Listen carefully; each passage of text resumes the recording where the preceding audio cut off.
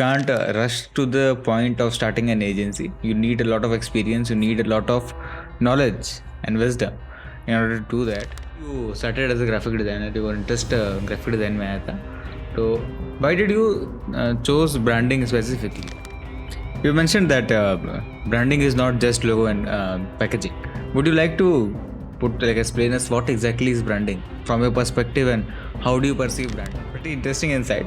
But do you think targeting the Indian market, targeting the Indian customers from a perspective of a business owner and targeting the global audience is a bit different? Because when we see about the designs and aesthetics on the award-winning platforms, but it is very different. You have your own process that you work on a specific way. So would you mind telling us the process of just take an example of a branding project? You want to make a living, but why do most of the people tend towards starting an agency or studio? Is there any other way to have a living without doing actual client work?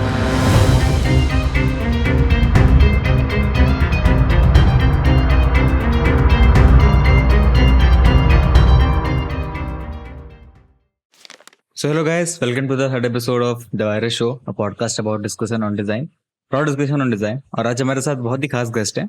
Today we have Yashita Agarwal, who was my mentor, and I used to work under her last year.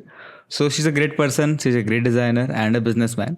So Yashita, so those who don't know you, would you like to introduce yourself and tell us how you became a designer and what you are doing right now? Yeah, first of all, I would love to correct you, Vaibhav, there. I'm a businesswoman, not a businessman. Sorry. Yeah. So, yeah. I'm Yashita Agarwal. I'm 25 years old. I live in New Delhi and I run a design studio called Studio 6F. I've been running my studio for the past 1 year, but I've been in the design industry for over 6 years now. Okay. So, yeah, it's been a fun journey. Yeah, that's pretty much interesting. I've been following your work और काफी time से देख रहे हैं आपके काम. Used to work with you also last year. तो काफी इंटरेस्टिंग चीजें रहा. To call you on this podcast, it was very interesting कि there are a lot of people in the industry that are following you, that are creating work inspired from you. So I wanted to ask you कि this main idea of this podcast will be like, how exactly do you run a successful designer studio, and what are the steps you take in order to reach at the stage to start a studio, to call yourself a founder of a studio? So बहुत कुछ होता है उसके पहले. I saw पहले freelance करना होता है, business होता है, client के साथ relationship build करनी होती है, and a lot of things are there. So tell me your personal story, like how you landed up in design. उसके बाद फिर हम बात करते हैं freelance के बारे में और business के बारे में. Yeah, absolutely. Why not? So I think when you talk about how did I build the studio and how did I get here, it's just like a long roller coaster, and there's no set roadmap to which I can just give you just take it and fly with it. But yeah, I'll just try to tell you how it worked out for me, and maybe we can all learn something from that. So I started off when I was right out of school, I would say. So high school, I studied science. I was a non-medical student, bound to be an engineer. But yeah, I knew while I was in my 11th and 12th standard that this is not for me, not at all. I think it was like a career counselor who gave me a suggestion to look into some artistic fields. So there were a couple of suggestions that they gave. They told me I could look into website designing. I could look into visual merchandising. I don't think I'm not very familiar with visual merchandising, but that was another option I could have gone for. I could have been a visual merchandiser today, but yeah. So then I looked into website designing online. I was still in school. There was not much talk about it, not much talk about graphic designers, anything like that. And then I found out about graphic design as a whole field, not just website design. So website design felt a bit too technical for me. There was a lot of coding involved. That's what you saw at that time. No code tools have come up now, right? So I was like, oh, I don't want to do coding and all. That seems very complicated. I just want to be an artist. That was my passion at that time. I want to paint. That's all. I think it was about 2015 or 2016. 2016, I think. Yeah. So I was like, I want to be an artist and I want to paint. But my parents were like, no, that doesn't make you money. So shut up and do engineering. So I was like, let me just see what I want to do. And then I convinced them for I'm not going to do engineering, but I'm going to do a creative career or a creative plan. And they were pretty okay with it unless until I scored well in my schools. So in my high school, the only target was to score well, and after that, you can do whatever you want. In the pursuit of scoring well in school, I didn't actually end up giving any exams for any of the good design schools. I didn't do any research because I later on realized that, okay, you have to prepare for them beforehand, like 6 months before, a year before, to get into all the NID and the NIFT and all of these schools, right? Okay. So that was one thing that I missed out on. So then only a few options were left. So the colleges that took students without any exams or just, took them by chance or something like that, right? So then I looked up some schools in Delhi because I wanted to stay in Delhi. My family wanted me to stay in Delhi. And I ended up in a design school. I basically convinced my parents that I wanted to go to a design school. And I ended up in a design school in Okhla. It was called Lisa School of Design. Now, I won't talk much about Lisa because I would not like to condone it. I don't find it a very, very good school. So I won't suggest anyone to go there or anything like that. But yeah, I had my experience over there. I joined a course for bachelor's in graphic and print design. So it did teach me the basics of all the softwares. So they taught me, how to use Photoshop, how to use Illustrator. But it was just my curiosity and I think you would say passion these days that I just used to be so engrossed in YouTube that, okay, let's just see what, graphic design is on YouTube. Mhm. And then I found the OG gurus, the Chris Do and the Will Patterson and all of these guys. And that's when the whole thing began, where I started to explore the world of design and I started working from there. So after my second year of education in my school, it was just a 3-year course. I was like, I don't want to do full-time schooling anymore for the third year. And I started applying for internships. So the school was pretty chill in terms of credits. So they were like, if you were to do an internship for the third year, then the whole year, then we are happy to give you credits and, you can pass out just as is. So I joined a company, which was also a coincidence, I would say, because the only factor I was looking for at that time was it should be close to my home. So Okay. it's easy for travel. So it's easy to go because it is pre-COVID era. So this is now we have entered 2019. 2017, I graduated from school. 2 years I studied in my college, and 2019 I started looking for an internship or a job. And that's when I got into Prakriya Marketing Services. So this is a company based in Pitampura. So I started working over there. I first applied, I applied to a couple of places. I even gave an interview at the airport. There was this company who used to work with some of the major airlines, and I would have to create some creatives and marketing collaterals. But I didn't like giving the interview over there. I didn't enjoyed it because there were no other creatives. I was the only one who would have been, able to do all the work. While in this company, when I went to give the interview, the only thing that I saw was the big, big brands that they were working with, the amazing brands all around. It was like a big studio. There were like 30 or 40 people sitting. All of them were designing something on their computers or editing some sort of videos. So it was just very fun to see all of that, being in that environment. And then I fortunately got the opportunity. I got selected in the interview and I got an internship. So at that time, they called it a traineeship because it wasn't as short as an internship is supposed to be. So it wasn't like a 3-month program or a 6-month thing. They were like, we'll see how you learn. And on the basis of that, we'll see, how it goes. So I joined that over there. And I think that just basically helped me learn everything that I know for a long, long time. I worked there for about 3.5 years, went from being a graphic design intern to a senior graphic designer. And that's when I decided that, okay, now I want to do something of my own. So that's when I quit and I started freelancing full time. Interesting. So yeah. हाँ कुछ बोल रहे थे. Yeah, I said that that jump came in October 2022. So that's when I quit the job. Yeah. Interesting. शायद उसी time पे हमने भी आपको लिंक्डइन पे देखा था. So that's how I got to know about you. You were doing some challenge of like 15 days of design challenge. So yeah. काफी इंटरेस्टिंग स्टोरी रही. How hard was it to convince your parents for a design school? So, oh my God. So I think the only convincing that it took was that I cannot do anything else. Please don't make me. I cannot do engineering. I cannot be a CA. They had plans to make me a CA after being in a non-medical field. They were like, no, we'll send you to this institute and you can go and be a CA over there. So I was bound to go to Gurgaon and, live and learn there. But I knew I wasn't a studious kid. I got 84 in my 12th. So I was like, that's good enough. I'm not a 95 plus kid. But yeah, the only condition they had was while you are in school, you focus on your studies. You won't focus on all of these extracurriculars, design, art, all of that. You think about that after school is done. So yeah.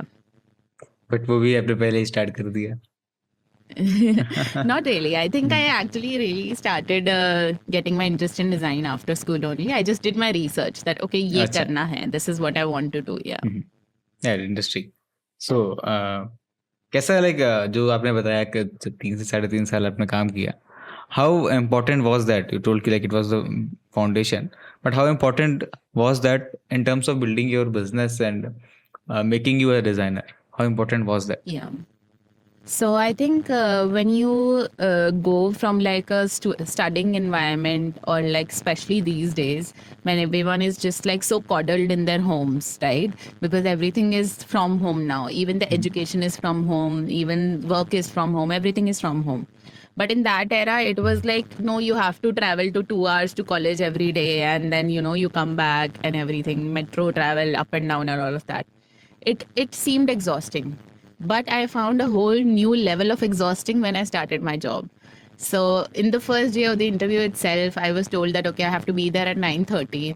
And, or I don't remember, I think it was 10. I have to be there at 10. And the usual work hours are 10 to 7 with a 1 hour break. And I have to just, do the tests that they give me.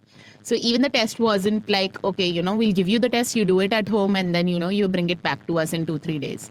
It was you come in the office, you do the test in front of us, and then we'll see. So I went, they gave me a desk and everything. And that was the first day when I sat on a desk in an official space for 8 hours straight. I even had a small lunchbox packed and I had that lunch on my desk because I was just so nervous to get up from that desk that I don't know who do I talk to or what do I do over here and all of that. The environment was very, very daunting. I was just a 19-year-old kid at that time. So everyone was so much older than me. And that's but the kind of test they gave me, it was just so fun. Redesign this Dabur honey packaging and, just draw some sketches first and then get them approved from us. And then once we like one, then you design a whole packaging. So that was one of the things. And there was some adaptations for a Burger King creative. Okay, this is a creative by Burger King and it is in 1:1 size and we want you to adapt it into different sizes. So for an intern, these were big tasks because, we have never worked on these things, just working with these level of creatives. I didn't even know that we can operate Photoshop and Illustrator together, simultaneously could put Photoshop files into Illustrator and do all of that. So yeah, I had to then afterwards I got the job and then I just started observing a lot. So if you remain in your corner, if you put your head down, keep doing the work that you're doing, I don't think that we get exposed as much to what is happening around us. But I was a very, very extroverted kid. So I used to just hop around the office and see, okay, what is the person next to me doing? What is that other person doing? What is that person sitting far away from me doing? And I used to just go over there, stand behind them and just watch them. So I used to just sit there for 30 minutes and just see that guy making shadows in Photoshop and how he's placing a strawberry in a creative and so on and so forth. So I think that gave me a lot of lessons, learning the basics of everything, just how the perfection is achieved in each and every creative. How do we make it look premium or, make it look good? And then there were people sitting beside me. I used to just eat their head. There was this guy who used to sit beside me. He was 10 years older than me. I used to just I don't know how you use the shortcuts in the softwares, but I want to learn all of them. I used to just see and admire how fast he used to work. His fingers used to go this while he was working. So that's how I used to just bother everyone and just learn from everyone, I think. I would just call people on my desk and ask them, teach me how to do this and that. And I always had that strive for learning. If I'm doing the same thing for a week, I'll ask my boss or I'll ask people to, like, please give me something else as well. I want to try something else as well.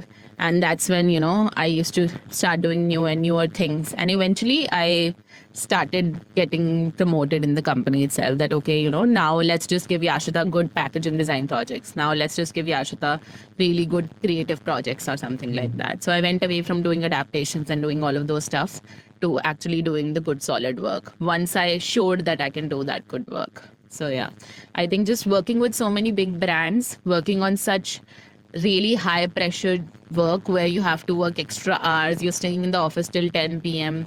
Well, like a 19, 20-year-old girl in Delhi, like the parents were terrified. Like, what are you doing staying in the office so late? So, but yeah, it was just like that environment where you learn under so much pressure. But it was great, like a great learning experience working for such brands and in such a good environment around such good people. Interesting, काफी काफी interesting insight रहा. आज की जो generation है, the people right now, they I feel कि they are not that proactive, they don't have that hunger of learning things. That's what I feel right now. Yeah. But maybe यहाँ पे ऐसा हुआ हो. I think is कि the way you mentioned कि आप जाते थे और देखते थे लोगों को काम करते हुए. Personally, I've never experienced someone going and doing this. I have did this, but not someone else, and not a lot of people do this. So I think that's the reason that differentiates us from the most of the people. Yeah, I think that nervousness is always there, right? When you are in a new environment, how do I go up to that person? How do I talk to them? But I used to be just completely blunt and on the face, like, hi, sir, what are you doing? Can you please tell me how you do this? And so on and so forth. I think it's just about asking what's the max that happen. The person will refuse and then you'll get rejected. Ask someone else.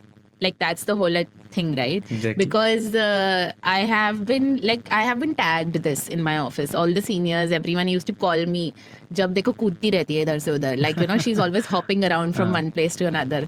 Hey, what are you doing over here? You go back and go to college. You're still a kid. Why are you, getting your ass kicked in an office? But I was like, no, I like this. I like the environment. I like the overall thing. And I even got to interact with people so much older than me. So that gave me a lot of sense of the world, you would say. That, okay, how things function, how things work. There was no sort of like said hierarchy in the office. So that was a good thing. So it was just very casual environment. Everyone was just on the similar level.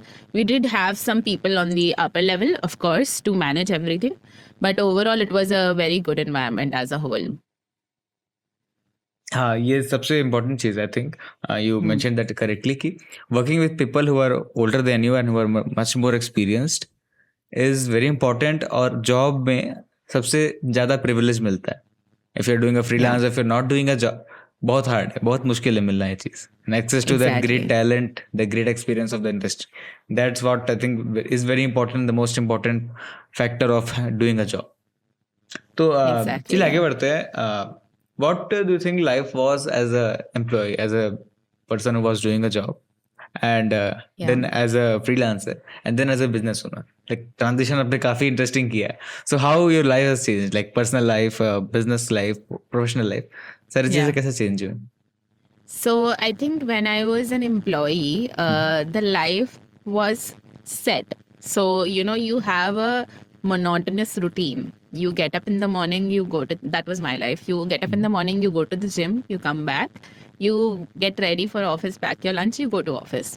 In office, you meet people, you meet friends. Every day you see the same faces and you have fun. You get a lunch break. That is a dedicated fun time. Okay, you go downstairs, you have fun, you have your chai and everything, right? And then you come back. You work around the clock, and then it hits 7 or 7:30 or 8 p.m, whatever, till the work finishes, right? And then everyone used to go back together.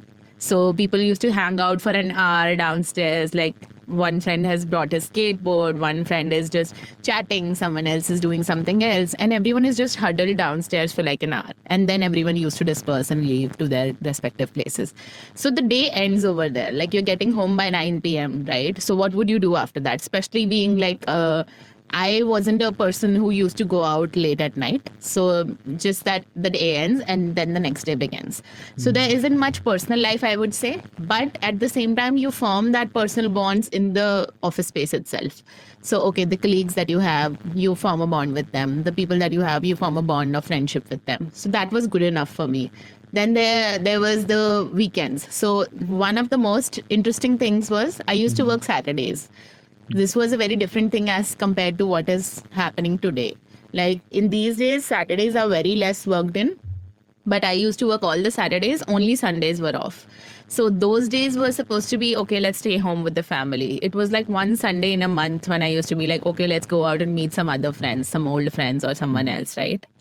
And apart from that, fun fact was that I started freelancing early on in college. So I was always freelancing. I was never not freelancing. Even in my job, I was freelancing. So if I'm working 8 hours a day, 9 hours a day, I'm coming home at night and I'm sitting till like 1 a.m. because I'm doing like a job that I got in freelance.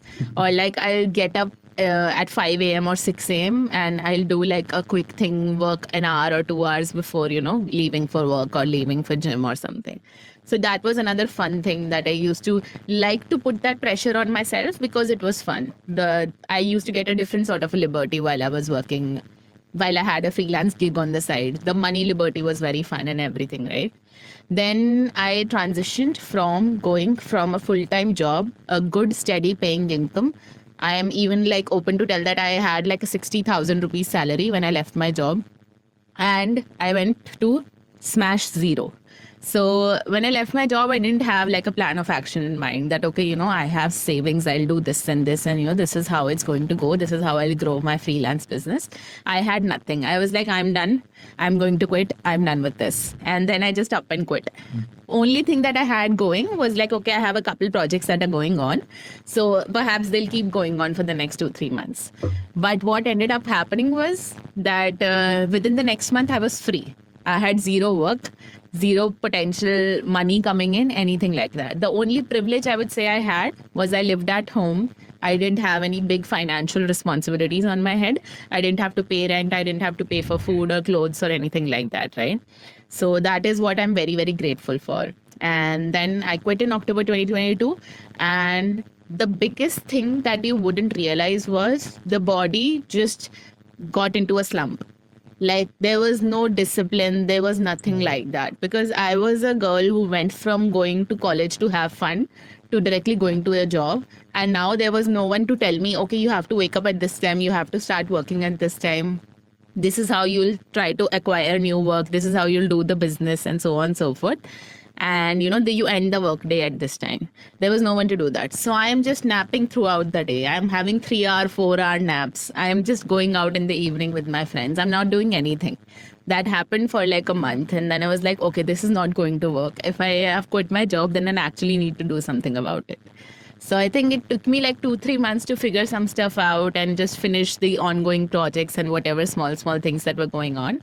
And after October, in January, I actually started working well for my social media and, to acquire new clients and get more clients and all of that. So in January was something going from January to actually going to March that the freelance business peaked. And from being like a person who had zero gigs coming in, left her job, have nothing, to actually getting constant leads and constant work coming in January to February to March. In March, I was like so overoccupied that I was burnt out. That I'm working day and night, I'm working extra nights, I'm handling client calls, anyone's calling me anytime on my phone, and I'm just handling all the tasks here and there all by myself. That's when I realized that, okay, something needs to change. This is not going to work. Even when my pricing was like better, it was more than what I was charging before and everything, right? That's when I started outsourcing. So it wasn't exactly hiring. I would say I started outsourcing in the sense that, okay, if you can do this job for me, then, we'll call it a collaboration and we'll work together and so on and so forth. So that's when I learned that, okay, I can free up some time while still delivering to my clients. So that is how, things can actually work out. So that happened from March till like June.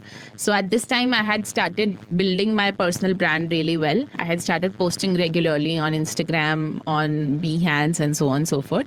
I didn't really tap into LinkedIn, I think, a little bit, not much. So in about June, I think I decided that, okay, I'm going to take the plunge and I'm going to actually build my agency. That's when I started taking business coaching. And I was like, okay, coach, I need to, go from a freelancer mindset to a business owner mindset. That, okay, I'm an agency founder. And that's when everything changed. So since last June to July this year, I made that transition from going from a freelancer to a business owner. And it has been the most freeing and the best space I have been in my life, from being an employee to being a college student to being like a freelancer and everything. I think this is the best space to be mentally and just overall. Yeah. Interesting, काफ़ी काफ़ी चीज़ें हम relate कर सकते हैं इसमें, because I am at the stage that when you quit your job and I still have zero savings और like almost same है, बस I am not my home, तो रिस्पॉन्सिबिलिटीज और रिस्क बहुत ज़्यादा है. I don't have the money to pay next month rent, but देखते हैं क्या कर सकते हैं. I have some projects in pipeline, तो डर बहुत लगता है. So I can relate with that and lot of people can relate with that.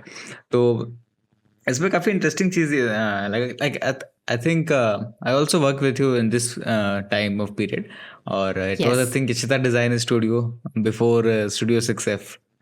So Yeah. yeah, it's been a while. I think 1 साल से ऊपर हो गया. I think when I had Yashita Designs Co or Yashita Design Achha. Studio, I was still not in that headspace that, okay, Okay. I am running an agency or I am running a studio. I was still in that headspace that I'm not sure what will happen. I'm not sure how it will go. I did work with you for a few months. I worked with other interns also for a few months here and there. But I still wasn't that confident that, okay, the work is constant. I can hire full-time people. I can, actually convert this into a growing, flourishing business. It was only after I got to learn from like my coach that I realized that, okay, things can actually work out for the better and I can actually make this happen. So that's when I decided to go from Yashita Design Co. I think in about October last year, when I started my studio, October 2022, I registered myself as a GST registered company and I went from like Yashita Design Co to Studio 6F. Yeah. Interesting. काफ़ी like अच्छा था.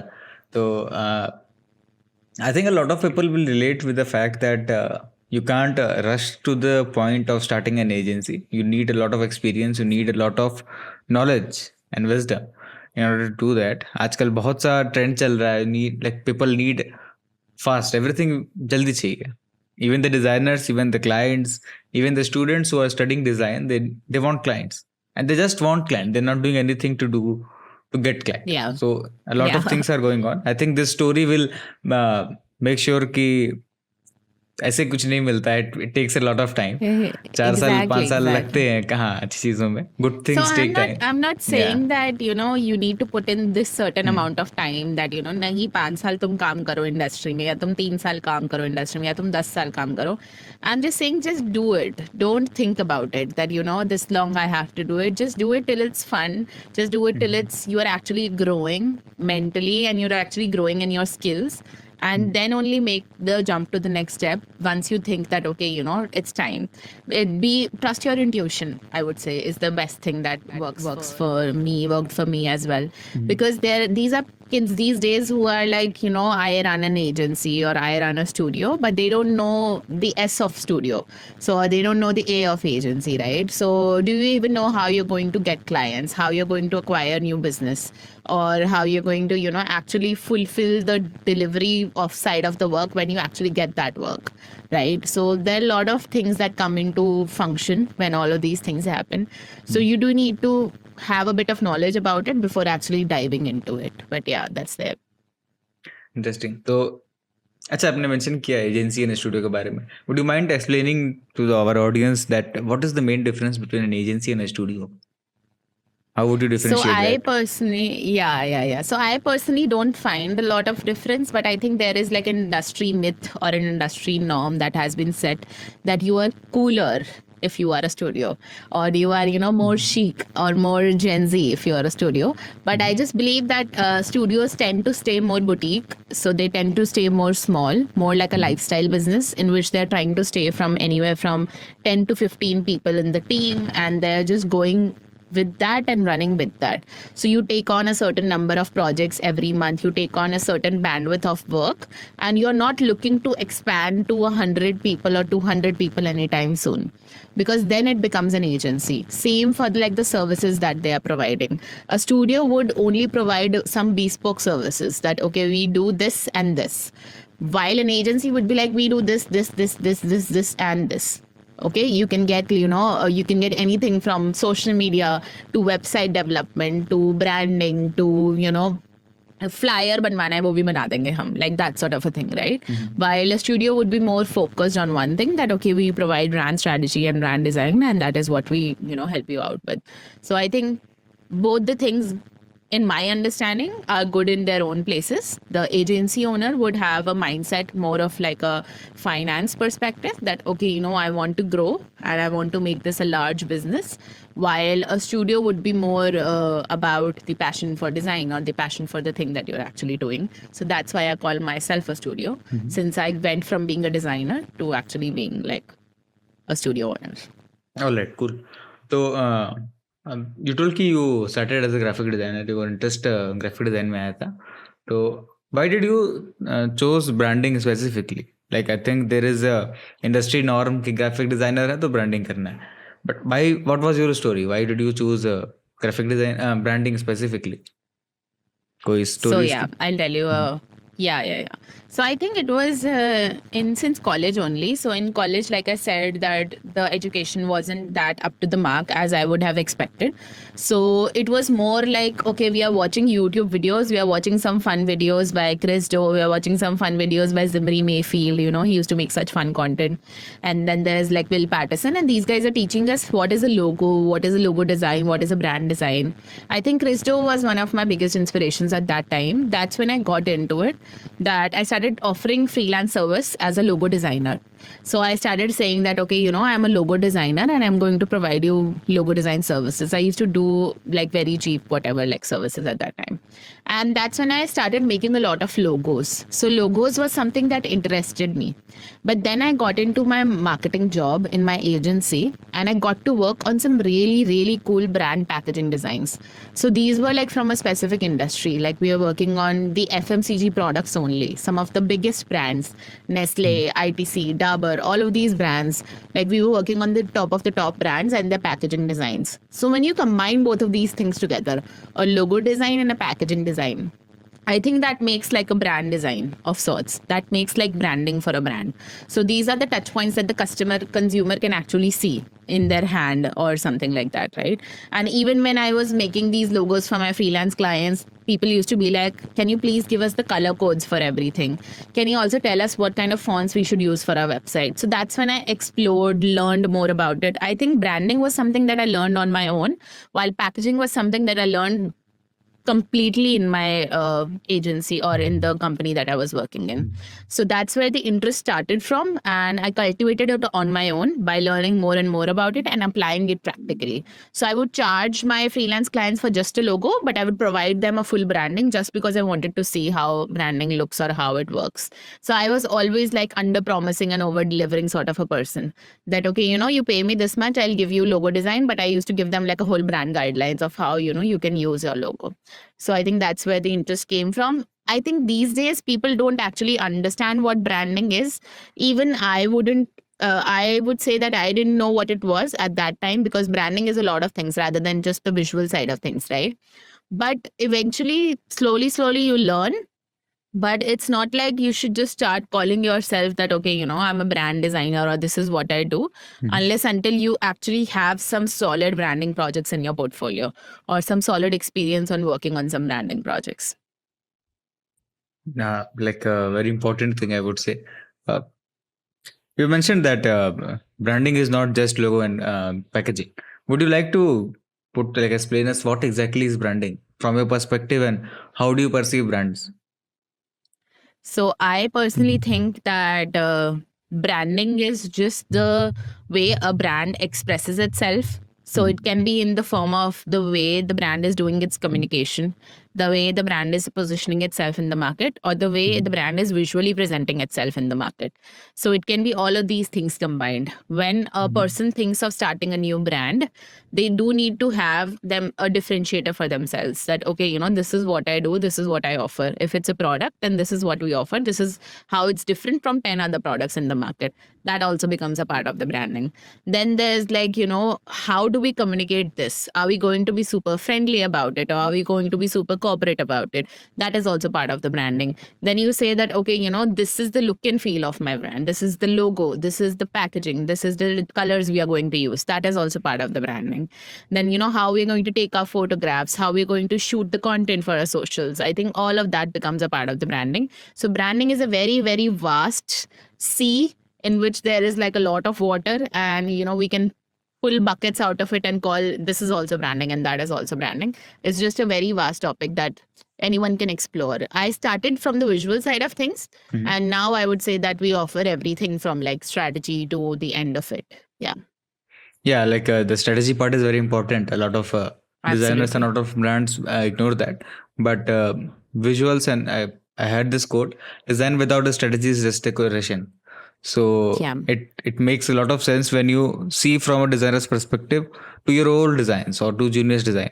कि like अगर strategy करके नहीं बनाया कुछ, so दिख जाता है कि there are a lot of loopholes, there are a lot of mistakes that is not going together, that is not speaking of the brand that brand is all about. So pretty interesting insight about branding. I think that will help a lot of people. And I also think branding is a very, very broad sea, very vast sea. And I think there is a differentiation between the global market of branding and Indian market of branding. What do you think about that? How different is it? Like, at what extent is it different? So I personally feel it's not about global and Indian. It is more about the businesses that are thinking about investing more in their business as they're starting, and the businesses who are just trying to launch the brand first and then see how it goes or how it works out. So there are two kinds of businesses, one which have funds to invest and one which doesn't. So I feel the businesses that do have funds to invest, they should think about going the full scope, from like starting from how I'm going to position myself in the market, how I'm going to differentiate myself, how I'm going to do this and that, and so on and so forth. While businesses, okay, I'm like, my mom wants to start like a clothing business from her home. Then I wouldn't say that, you should get like a complete brand strategy, branding, and so on done, because that would be like a waste of her money. I would rather say that, okay, just think about these things in your head. Just do something DIY and then get started. Once you have validated yourself in the market, that's when you come back, when you have some money, that, okay, let's do some branding for you. Let's position yourself as like actually something that works or something that stands out in the market.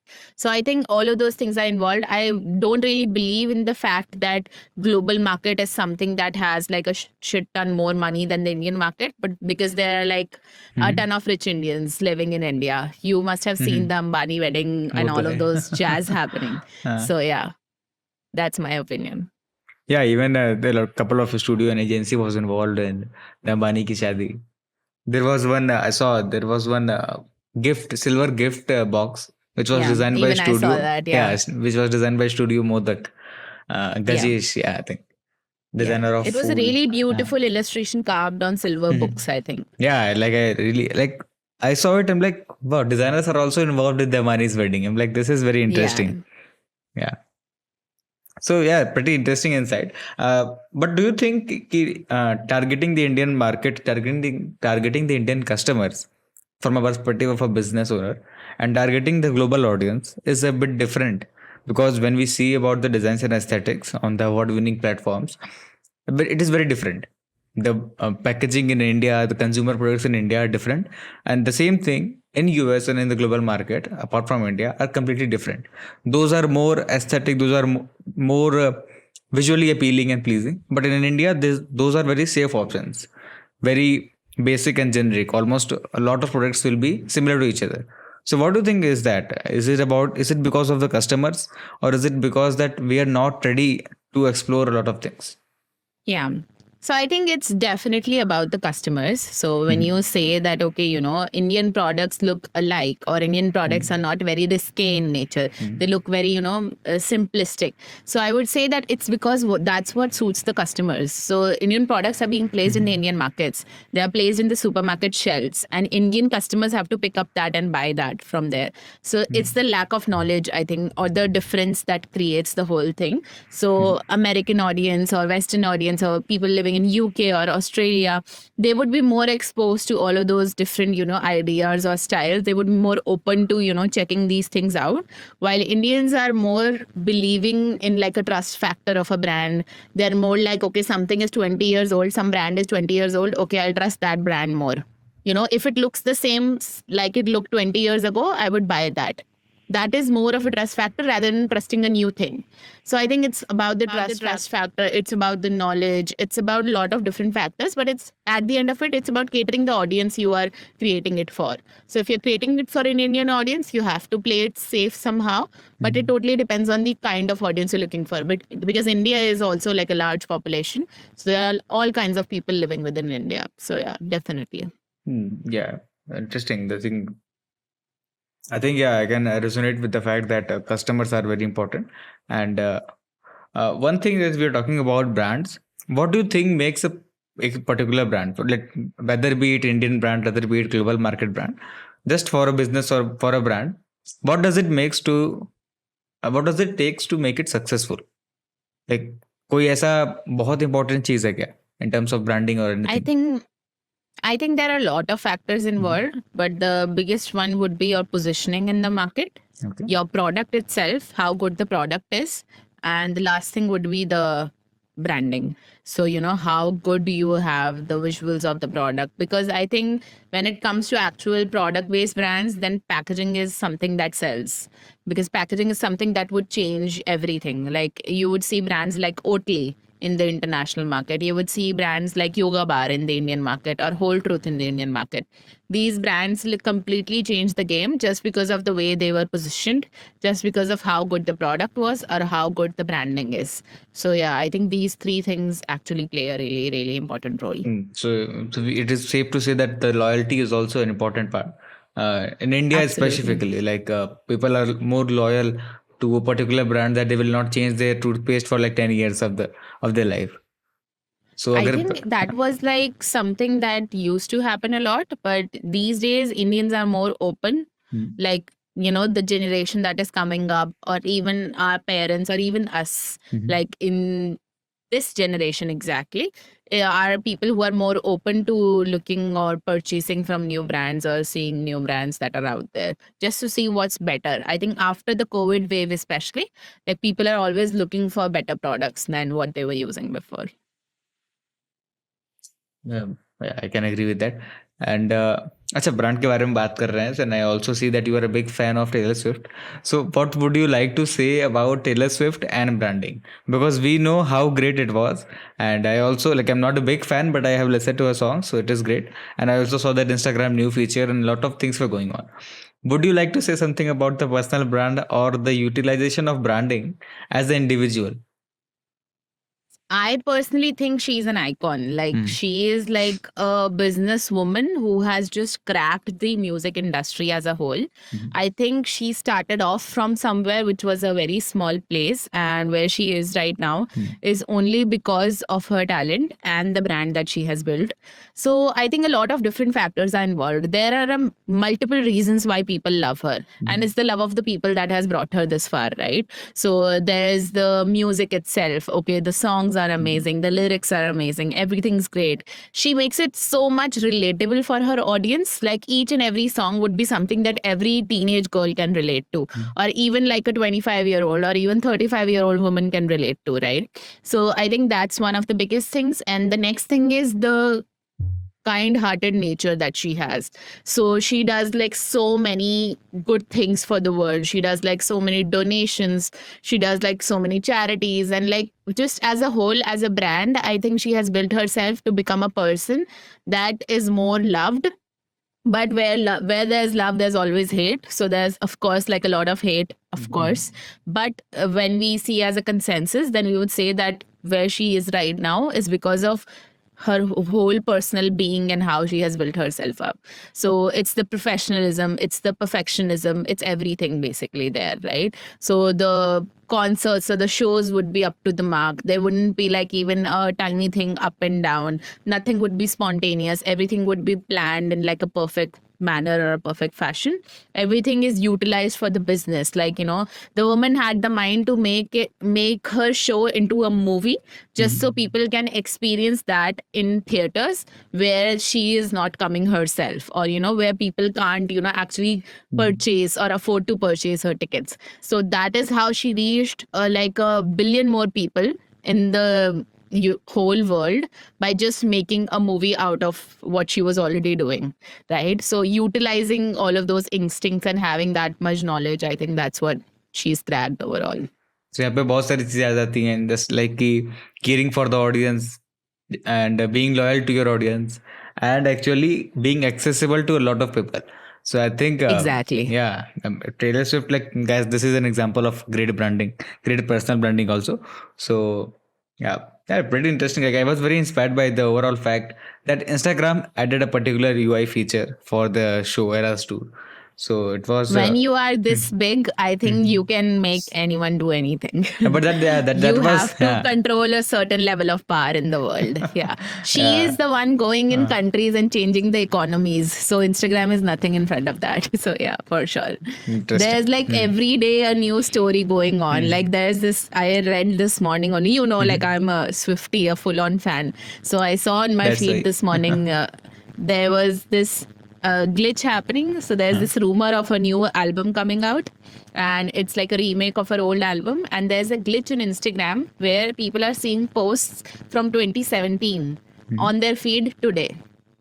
So people are waking up and they're seeing Taylor Swift posts from November 2017 on their feed, on top of their feed right now. How would that happen? No one knows, because Instagram only shows the latest, right? So people are like, how is this happening? Why is this happening? Maybe she's controlling something, maybe not. बहुत interesting branding है भाई. Yeah. So you told like Taylor Swift does a lot of things correct, and a lot of things that actually benefits the user, the customer. So what do you think most people, like most designers and even business owners, miss or ignores while creating an identity? They just focus on the things that actually don't matter, and they just miss out the important thing. What do you think are those things? I think the most important thing is the customers themselves. I think when someone enters into, okay, I want to get my branding done, or let's say like the simplest thing, I want to get my logo done, the only thing they care about is, okay, I like the color red, or I like this font more. But that doesn't matter. It doesn't matter until unless it suits your audience, or it is something that your audience would like.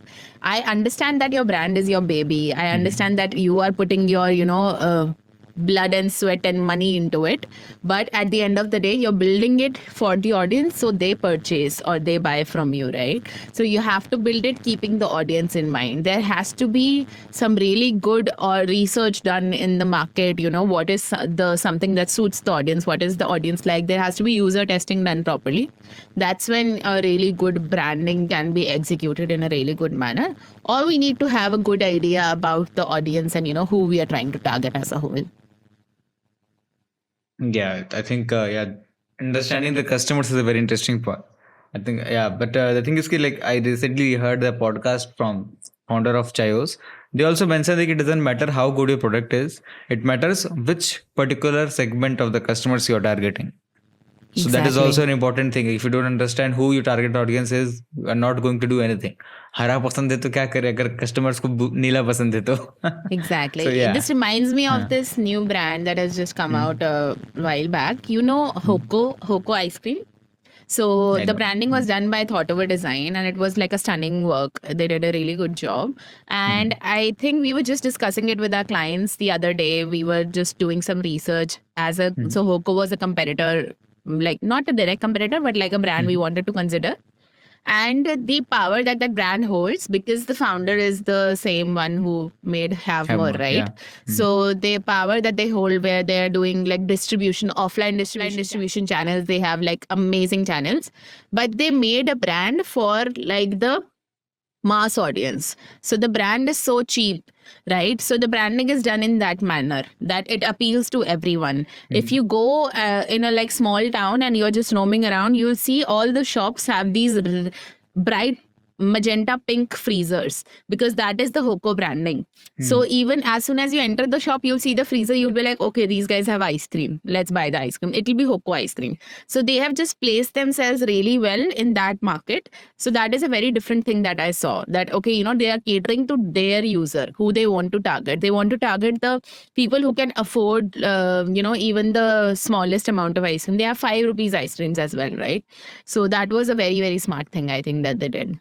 Yeah, I checked the whole case study of this and was really inspired कि कितना अच्छे से किया है. Everything is so on point. The illustrations, the aesthetics, the visuals, Mascots. the mascots. Yeah, those all are so well thought and well designed. So yeah, example of good designs. So yeah, talking about that, the founder was very aware about branding and he trusted them. He trusted thought over design. And what do you think about the other founders? Like majority of founders in India, are they aware about the importance of branding and are they ready to invest a lot of money, like huge ton of money, more than 10-20 lakhs in their brand identity? Like, is it happening or not? So I think founders which actually come with like a lot of funds, like I mentioned before as well, that okay, we have some funding coming in from some investors, or okay, we have this set amount that we want to invest in our business, are nowadays more and more open to investing in their branding, because they do realize the importance of how good the brand has to look, or how good the brand has to communicate to their audience to actually be being able to sell. Not just having a good product is not enough these days, and I think the new age founders do realize that for sure. But I wouldn't say this for the brands that have been in the industry for the past 50 years or something like that. I'm not sure if they are so open to actually putting this much money into branding and design work. So still a big come hai, like people are aware, but Exactly. not everyone is aware. Yeah. So, what like is it possible to make them aware? Like, is it possible to get them invest in branding, or will it take a lot of time in the future? Like 10-15 साल अभी लगेगा उनको समझने में. I think it's not something that you or I could do that could actually change the mind of a person to actually invest like 20 lakhs into something that they don't trust upon. I think it's the market, and the market will make them do themselves. So you see the new age brands that are coming out, the brands that are actually changing the market. So Whole Truth, as it came out, it became like a good success now. So I think that's because of the branding. And as other people who want to enter the healthy food segment would see that, they would also understand that, okay, if you want to be as good as Whole Truth, or if you want to beat Whole Truth, then we would also need to invest a good amount in branding, or we would also need to, stand out or do something as crazy as that brand has done. So for that, money would be required, and then people are more open to actually investing. So it would be the market that would actually convince them eventually, but not something that you and I on a surface level can do ourselves. All we So can do is actually build these good brands so that it can reach these people. yeah, definitely that's what we can do. Yeah. Yeah. So like ये चीज था कि whole truth is there, yoga bar is there. Uh, but if a brand wants to stand out in the same industry, in the same field, I asked this question to Tushar also, कि like same field में अगर compete करना और stand out करना है, even with having whole truth and yoga bar kind of brands, will it be hard in the future to do that? क्योंकि सबको तो like everyone is being healthy, everyone is becoming for the customer, doing the same thing. So will it be harder and harder in the future to differentiate a particular brand in the same industry? No, I personally think that it's not hard at all. Hmm. It's just about finding that differentiation or that positioning Okay. that actually helps you stand out. It can be something as simple as a very unique style of packaging, or it can be something as simple as a very unique formulation of the product itself, like something very different that they're doing as a whole, a very unique way of messaging. So we just have to find that USP of ourselves, right? And communicate it really, really well to our audience in a very, very good manner, execute it really well so that we can grab enough attention. I think that's all that's required. And definitely these brands can be, beaten. But of course, since these brands stand at a certain level, a certain investment would be required to actually reach that level. So, if you want to compete against Whole Truth, you would need to be in all the markets in which Whole Truth already is. You would need to run as many ads as Whole Truth is running, or even more, right? So, you would need money to actually make that happen. So, yeah, that's always there. Yeah, that was interesting. I thought ki it will be hard and hard in the future, but yeah, we can experiment with other pain points, other So I specification. think at the end of it, it's just about the, sorry to interrupt you, but like it's just about the attention that we are getting from the users, right? Interest never dies. People always want to try new things, and especially the coming generation. Like you can easily convince me. So I'm like, I'll give you an example. It's just kept right there. I drink Whole Truth protein every day, right? So I first tried the cacao flavor, and now I'm trying the cold coffee flavor, and I love it. I love the protein. But if someone were to come up to me tomorrow and say, try Cosmic Wellness instead, it's a plant protein and it's better for you. So I'll first ask, why is it better? And if I think it's better, my next packet would be Cosmic. Because I want to try it. I'm open to trying it. I'm not like, no, I'll stick to my Whole Truth and this is what it is. And then I'll evaluate, okay, which one do I like better, which one is a better price point. I'll evaluate a ton of things. Then I'm open to switching, because there's nothing telling me that, okay, you have to do this, you have to stay with it. People are more open to being more curious and trying out new things these days, for sure. Yeah, that is a very important thing. But I think the competition is also there.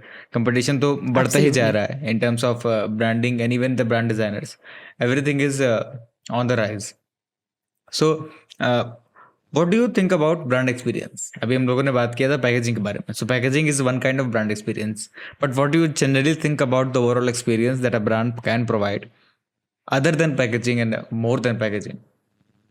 I think there are like a lot of different touch points that a brand should consider when they are stepping out in the market, which they can make sure are up to the mark. And each and every small thing is like, amazing, so that they can actually provide a good experience. So these touch points can go anywhere from the actual brand logo, packaging, which is the main thing. And then you take a look at the brand website. So suppose I like a brand and I really like, what it's doing. So I will first thing I'll do is I'll go on my laptop, on my phone, and I'll check out the website. So they need to make sure that the website is a really good experience as a whole.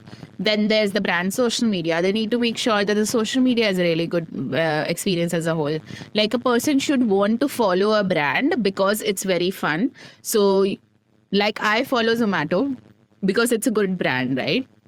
It has really fun content. So why do we do this? Because not because we like Zomato or we buy from Zomato. It's because that the social media is so engaging and so fun that we want to follow it, right?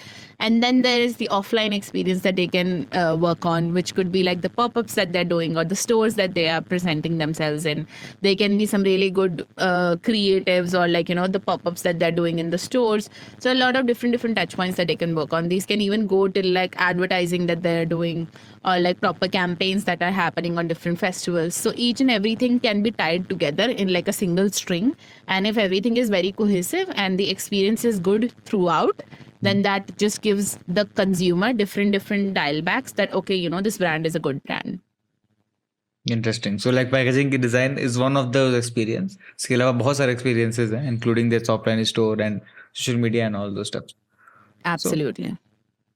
Yeah, but that is pretty interesting. But the thing is कि packaging design का जो importance है, I think it is very more important than as compared to all the other touch points, because packaging design is the first and, what you can say, the most important interaction between a customer and a brand. Suppose कि वो बंदा पहली बार वो brand देख रहा है, use कर रहा है, तो उसके लिए तो वो चीज़ सबसे पहली बार हुआ, like the initial interaction. So it is like या तो वो खरीदेगा या तो नहीं खरीदेगा. So I see you also worked in the job for like 3.5 years, and you did a lot of packagings. So what do you think about packaging design specifically? And उसका industry के ऐसे FMCG में different होता है, consumer brands में different होता है, या even like if you go in tech products different होता है. So how do you feel कि packaging design differentiates in terms of industry as per the industry? I personally think that I haven't had like a lot of chance to explore different industries. I have been in the FMCG since the beginning, but it's definitely very, very different. So, for instance, if tomorrow someone comes and tells me that, okay, I want to sell this TV and I want you to design the packaging for the TV box, I wouldn't actually know, how to figure it out. But there are ways where we can, do well or differentiate ourselves. I think you must have seen there was this campaign a while ago where this brand was selling their bicycles. But their bicycles were being damaged or hampered in the delivery process always. So what they ended up doing was, so they were delivering their bicycles to their customers. They would order online, they would deliver them, and they would get hampered in the delivery process. So what they did was they made like a huge carton box. They put a TV on it in front of the box. They called it fragile. Put a lot of stickers, fragile, don't damage, and so on and so forth. And they put a bicycle inside the box. Now the only cue that it was actually a bicycle box was the photo inside the TV was of a bicycle. So everyone thinks that, okay, it's a TV inside the box. So the delivery man, everyone, it'll be like two person holding the TV very, very, softly, placing it down very softly and everything. That's how the bicycles actually started delivering. And the damage rates went down so low, so low. So the only thing that changed the whole game was the packaging over there. So I think it's different for each industry, but there are innovative ways to do new things everywhere. So it's just about exploring, researching the market, doing your research really, really well, and seeing what works, and then accordingly designing for it. Pretty interesting story there. ये इसके बारे में पता नहीं था हमें. That was very interesting. काफी innovative idea था.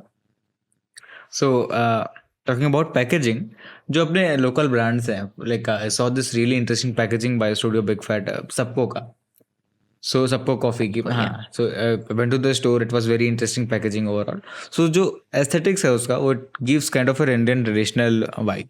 So the branding for Nostalgia, local, vintage. yeah, exactly. So the branding for local brands हैं जो इंडिया में, वो किस extent तक जा रहा है? Like, is it on the rise, or people are still not thinking about that? What do you think?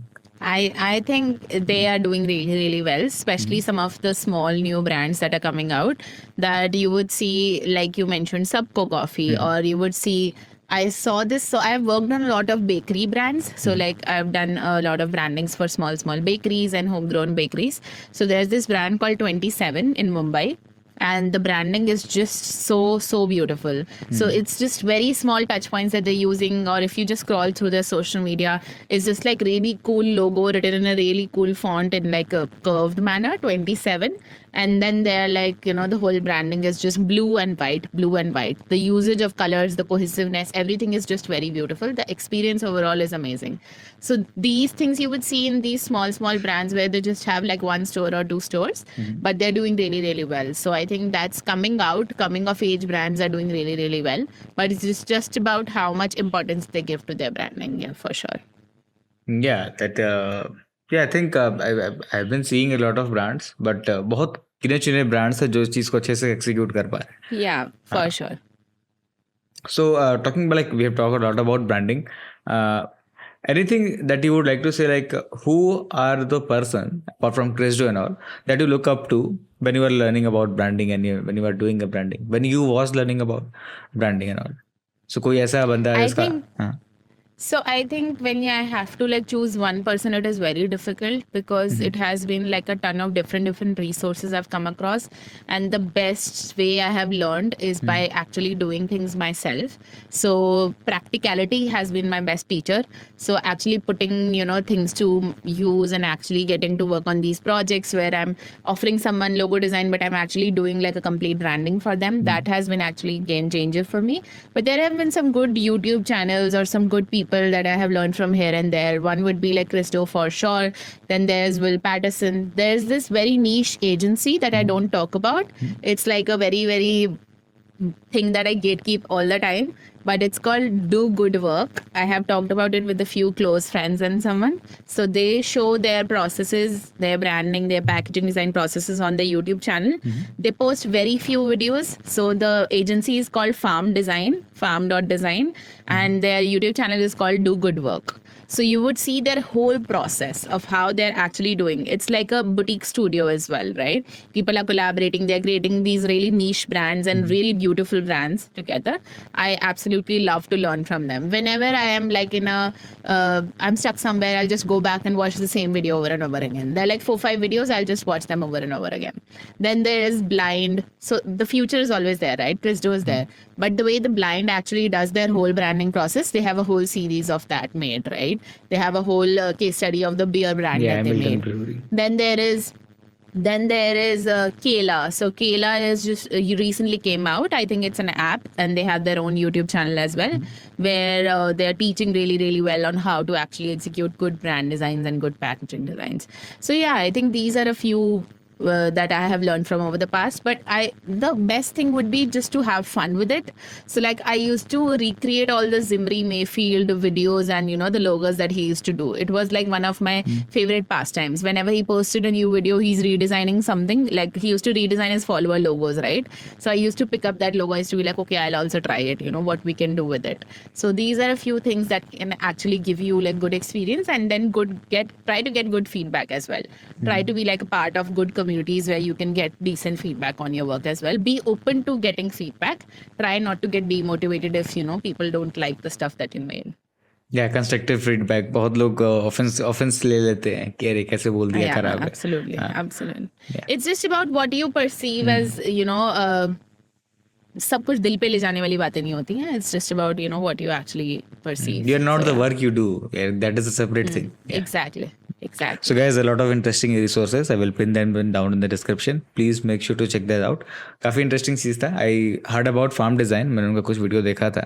But do good work, I think I got to know about this right now. Blind के work काफी अच्छे हैं. I like it's been 30 years Blind is there. So yeah.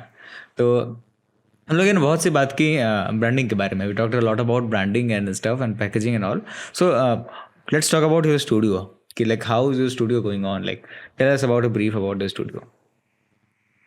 So yeah, my studio is named Studio 6F. There is a fun story behind the name itself. So we offer specialized branding and packaging design services to FMCG brands. So we have a small abbreviation. So it goes something like form, function, flexibility, finesse, and feeling for FMCG brands. So it's the 6 Fs that we are working for. So I think I really like our little story, and that's how we actually put everything together. We are actually working on the functionality of the brands. We are working on the form of the brands. We are working on finessing everything.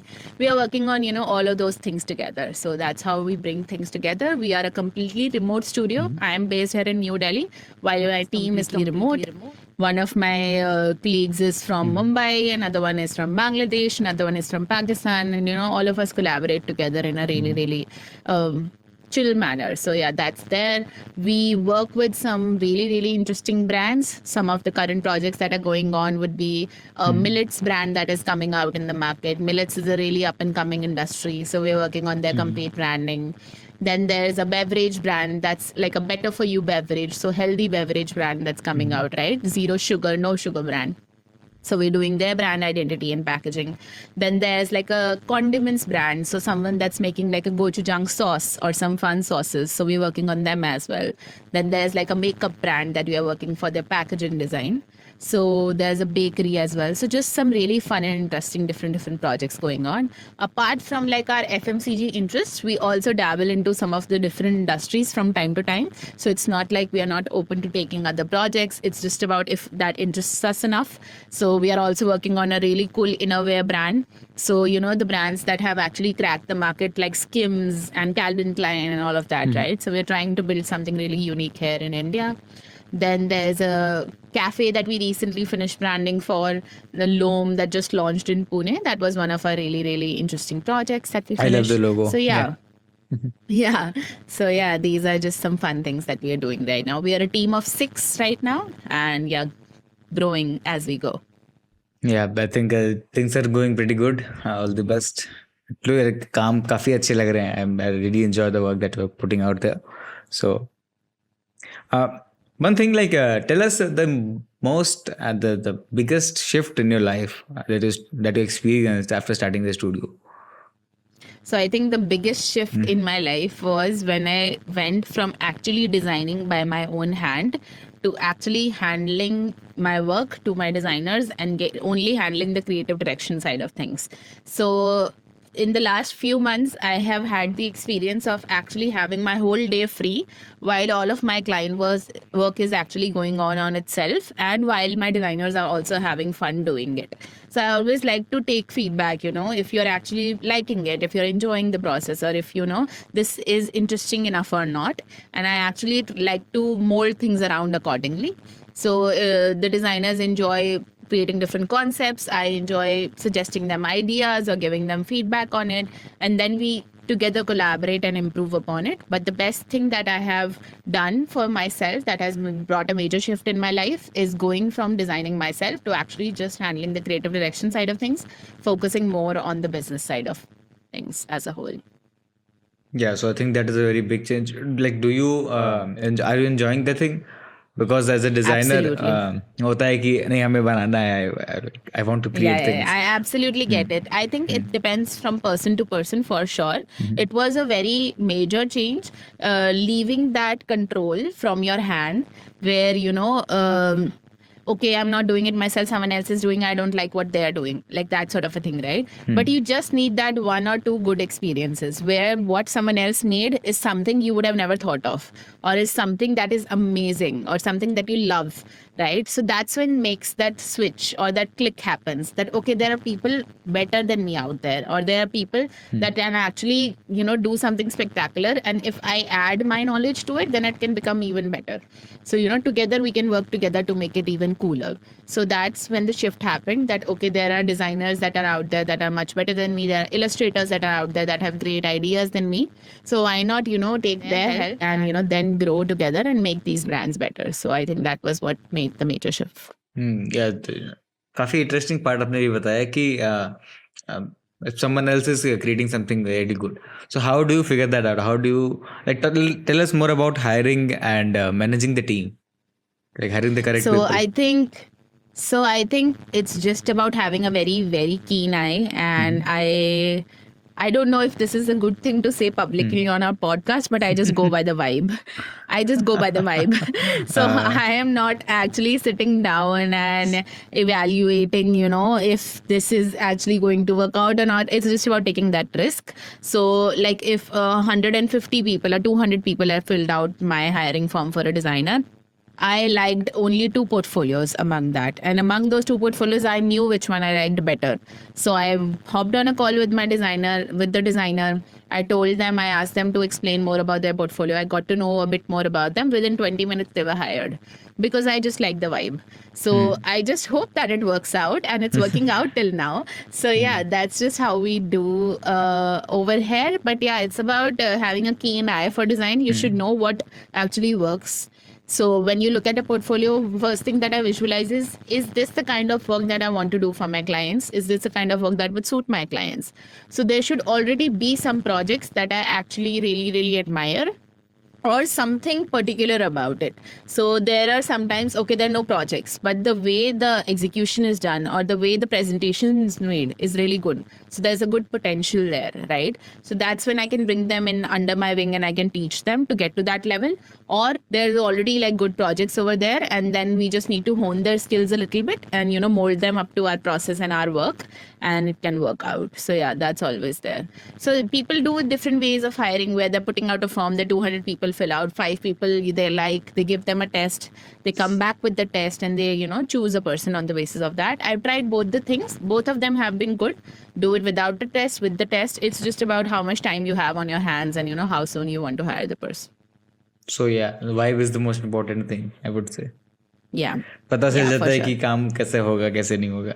Exactly. Skills तो सिखा देंगे. I'm very transparent. I'm very transparent about things, dude. I'm just like, okay, this is how it's going to go. This is how it's not going to go. For instance, like, there has been times where, okay, things are not working out. I think the output is not that good or the productivity is not that good. So I'll get into the call with them right then and there. I'll set a plan. Okay, I want to see this much result at the end of the month. We are going to evaluate. There's going to be a certain metric that you have to reach. I will rate you out of 10 if you are between 6 and 7. Then we will work on revising this whole thing. If you're between 8 to 10, then I'll give you a bonus because you did well after I told you to do this. And if you're under 6, then you're out. So there's like simple metrics that you can have to actually evaluate and see, okay, if the person is doing well, and let them know. Open communication is the most important thing. I always treat all of them as just come to me and say anything. Don't worry about how I'll react or what I'll say. So that's always there. Yeah, being transparent and being honest is very important. So, as आपने बताया कि like you are now in the position of creative director. Now, mostly your task is like delegating and making your team work. So, how do you manage the client relationships and your team relationship simultaneously? Like कोई challenge आता है, कोई दिक्कत आती है इस चीज में?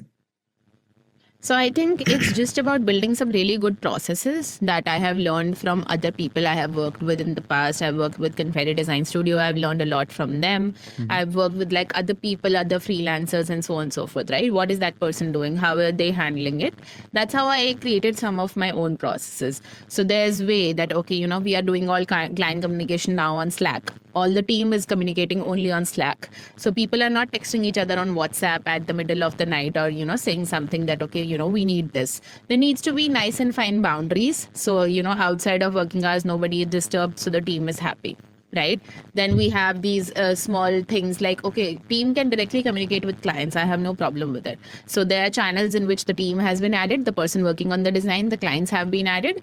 And I'll just, let them know that, okay, this is what we did in this meeting. Now the designer will, share all the files with you. If you need to ask anything for anything else, you can ask the designer. So they can communicate one-on-one. And then always, like, it's a very, very good plus on to have like a manager, someone who can handle the relations if there's something. So we have recently hired a manager. So she also helps us with setting up the calls, communicating with the clients, and just doing the nitty-gritty side of things. So, I don't always have to be the one to handle it. Yeah, I think that is pretty interesting. Giving the designers the opportunity to go talk with the client, I think that is very important for anyone to grow in the career. Absolutely. If the designer is working on something, like if the designer has created 3 or 4 logo concepts, then the designer would better be able to explain that to the client rather than me. So it would be like a collaborative meeting where all of us are sitting together, the designer is explaining. And if I feel they're lacking somewhere, then I'll add my points that, okay, let's, add this. First, I always give them the opportunity to go ahead. If they are nervous about it, if they feel they can't, actually do it, then I'm always there to take over. Yeah, that's pretty much good. So ये तो बात हुआ like managing the team and all. There is one concept, like there is one shift between the mindset of a freelancer and an agency owner, studio owner. So how do you treat the clients right now? Like, is it different from the way that you treated the clients when you were a freelancer or when you was in a job? So has it been changed or not? So I think, so I won't talk about the job because we didn't really one-on-one interacted with the clients in the job. It was always via account managers. So that was different. But if I talk about freelancing and studio, the only difference is like there's less sense of desperation. So once you are a studio owner, okay, there's more work coming in. So you don't always need to put yourself down. And you have a sort of more respect for yourself.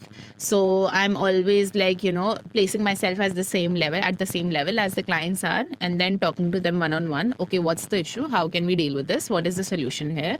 Let's not digress off the point. If there's a meeting that is going on for too long, okay, let's come back to the point. I'm more confident about talking about these things, right? And at the end of the day, I think we all have to keep our egos in check so that everyone is happy. We have to be kind. We have to be like, I think my people pleasing nature helps in this bit a little bit, where I'm always up for like small things. Okay, I ended a client project like a month ago, and that was like working on a retainer. Now the client wants like a very small change, and they can't possibly hire me for a whole retainer again, right? And we don't actually do like one-off design services where we are just charging them for a small change. So if they have called me up and they're like, Ashita, can you please, help us out with this change? Then to maintain that relationship, to have that good rapport with that client so that they refer us to 4 more people, I'll be more than happy to do that change. That, okay, we invest like 2-3 hours, we, do this for you, not a problem at all. Because you have to have that sort of a kind heart at the end of the day, but at the same time, something that doesn't harm your business in the long run. So you won't take on a project for free that has to go on for a week, right? Because that would harm the business. But at the same time, if there is something small that you can do to help out, I am always there to, do that. And I'm always there to make things more relatable with the clients. I'm always there to make them very, very comfortable when they're talking to us.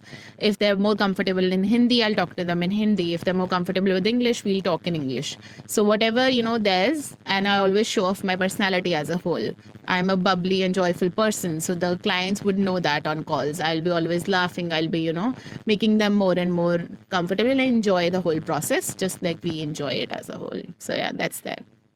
Yeah, that was pretty interesting कि like अगर client भी इंसान है हम भी इंसान है वो vibe आनी चाहिए match होना चाहिए so and Exactly. treating the client with respect is also a very important thing and relationships and satisfaction तो maintain हो जाता है.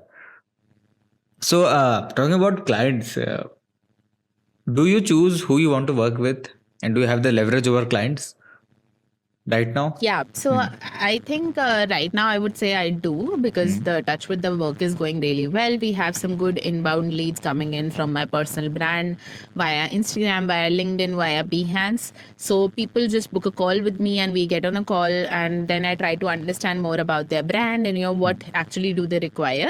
And if the call goes well, then we move on to the next step and we propose them what we can do for them. If that call doesn't go well, then it's bye from there, and I offer them a few other options of people they can work with. So there's always that option to choose where I can say that, okay, this is the reason why this might not work. Okay, your timelines are not matching with the way that we usually do work. You need it done in 2 weeks. We can only do it in 6 weeks. So this might not work. So it's a buy from there, but I'll recommend them 3 other people they can get in touch with that can perhaps help them out. So that's maintaining a good relationship with that person you just talked to and letting them know upfront that, okay, let's not waste more of our time by getting into this and then actually ruining the project. So yeah, that's always that. Yeah, that was interesting. Talking about the first call, a lot of freelancer or designers don't feel safe or don't feel comfortable talking about the money. So talk that you पहली call में आप you decide that is it a good fit or not. So do you talk about money upfront without any hesitation, or do you keep it for a later conversation? So I think it's just about the client. So once you talk with the client, you get to know, okay, how much they're interested in, how much, how serious they are about their business, right? You get to know a bit more. You ask them a few questions before they hop on the call in the form that they have filled out, right? So you get to know a bit about you can go on their website, you can see, okay, this is the brand, okay, this is where it stands. This brand has been in the market for a long time, so they would have money. If there are conversations happening on that front, then I would not bring money up. But if the clients ask, so that happens like a lot of times where the clients ask, okay, but what kind of budget do you operate in, what kind of would be the estimates, then I'm more than happy to tell them so that we don't end up wasting their time or my time. I'm not trying to hide money from them in any sense. Okay, I'm not going to tell you right now, I'm first going to give you my whole pitch or I'm going to give you my whole proposal and then only I'm going to tell you. That's never the case, because it's always best to save on time, because if they like us, they'll always say that, okay, let's see, what comes next, and then we'll make a decision. Interesting. So I think, proposal banana bhi, this is a very interesting and very time-taking task. If you don't talk about the money, you might waste the whole energy in creating a proposal. पता चला उन client का budget ही नहीं था match करने का. Yeah. I think it's just about the way you have to systemize your things. The way that we make our pitches or the way that we make our proposals per se, it doesn't take more than 10-15 minutes. Okay. So it's just about how you have structured the way you are doing things, because that would then you would feel the need to discuss money always. Even when the clients don't ask. But if your way you are making the proposals take so less time, you'd be like, okay, let's try it. Okay, it failed. No worries. Let's try next time, because it didn't take a lot of time. So it wouldn't feel like such a burden. Yeah, that is an also interesting way to do that. So we're talking about a lot of business stuff. So like a creative business में creative वाला part है, design वाला part है, and then there is business part. How do you think you are managing both of these things? Like, is it hard to manage, or both of these things are hindering each other? What do you think about this? So I think it's just about blocking your day with like certain blocks of time where on certain blocks you're doing something and a certain block you're doing something else. So like we have a daily stand-up call with the team every day, half an hour, 10:30 a.m. is when we start the work. 10:30 to 11, everyone has to be on the call and we are discussing what has to go on for the day.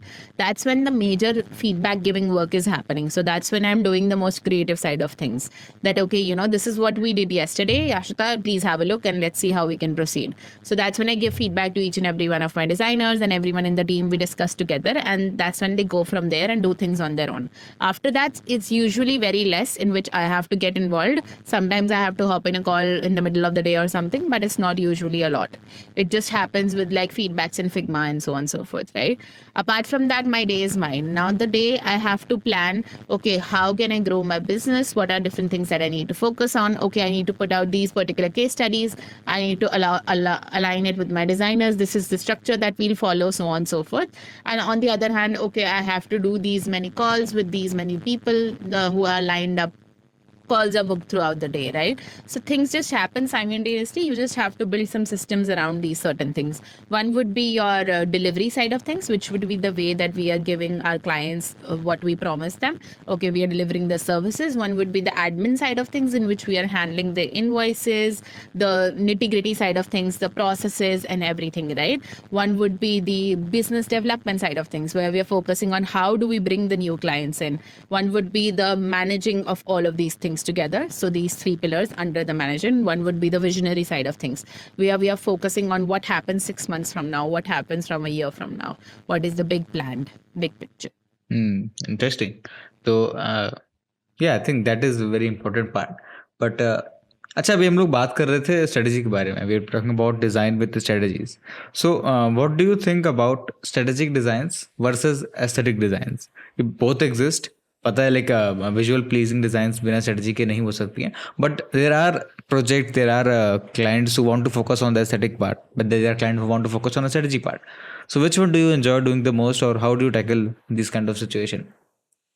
I personally feel that both should go hand in hand. कुछ aesthetic बना के क्या उखाड़ लेंगे हम अगर वो market में वर्क नहीं करेगा तो. So the only thing we should focus on is creating something that lasts for the long run, something that if the client is putting their money in, that it actually looks good. So if I create a really, really beautiful, flowery, creative pattern for like a can of like a beverage that is there, but that is not something that actually works for the market. It looks very pretty, but it doesn't work for the market. Then what is the use of creating it? So for that, we do need a strategy in place that, okay, this is what will work. We need to do fruit illustrations, not flower illustrations, because fruit is what will attract the customers. So that's when we get to the conclusion. And then creating it and executing it really well is on to us. That, okay, now it needs to look aesthetically pleasing as well, so that we as designers are also cherished, not just as strategists as a whole. So yeah, both things should go hand in hand. So it is correct to say that aesthetic designs works, but only if that are backed by strategy. Exactly. Yeah, so I think that is the interesting part. अभी आपने बताया कि like you have your own process that you work on a specific way. So would you mind telling us the process of just take an example of a branding project? How do you work? Yeah, for sure. So a branding project is essentially divided into 4 steps in our process, where we first start off with brand discovery, in which we are trying to understand the brand as a whole. So in the discovery, we'll first share like a questionnaire with the clients, and then we'll study that questionnaire internally. What the questionnaire includes is like a lot of things, from understanding the business to understanding the customers to understanding the competition to understanding the project specifications as well. And then we go from there and we study it internally with the team. The designers study it, I study it, all of us study it together. And then we sit down in a meeting with the client where we are trying to understand everything about, what the business is like, if we have any follow-up questions from the discovery, or if there's any additional things that the clients want to tell us, right? They saw something in the market, or they did their visit and they saw this or that, right? They didn't mention it in the questionnaire, so that also helps us. After that is done, we have pretty much get like a complete holistic understanding of the brand, so that helps us proceed further. Now, the second part of the process is developing the brand's foundation or the strategic base. So we don't do like an end-to-end comprehensive brand strategy, something that would take like 6 months. We are doing like a shorter version of it that can be done in 1 or 2 weeks.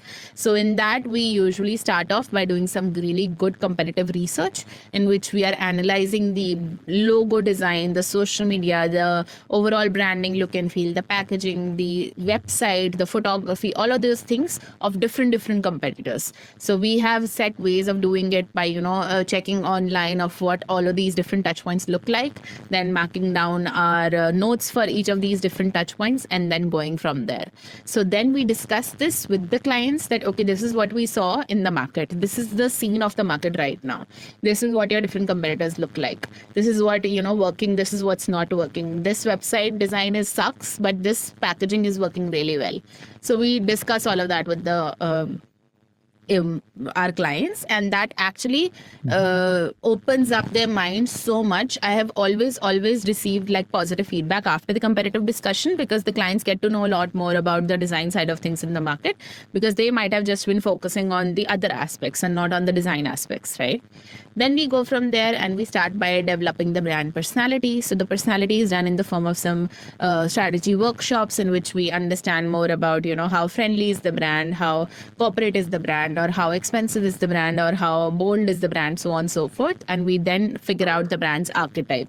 This is also done in the form of like strategy workshops where we are working on understanding archetypes. Archetypes in itself is like a very in-depth topic, which if I go into right now would be like too long.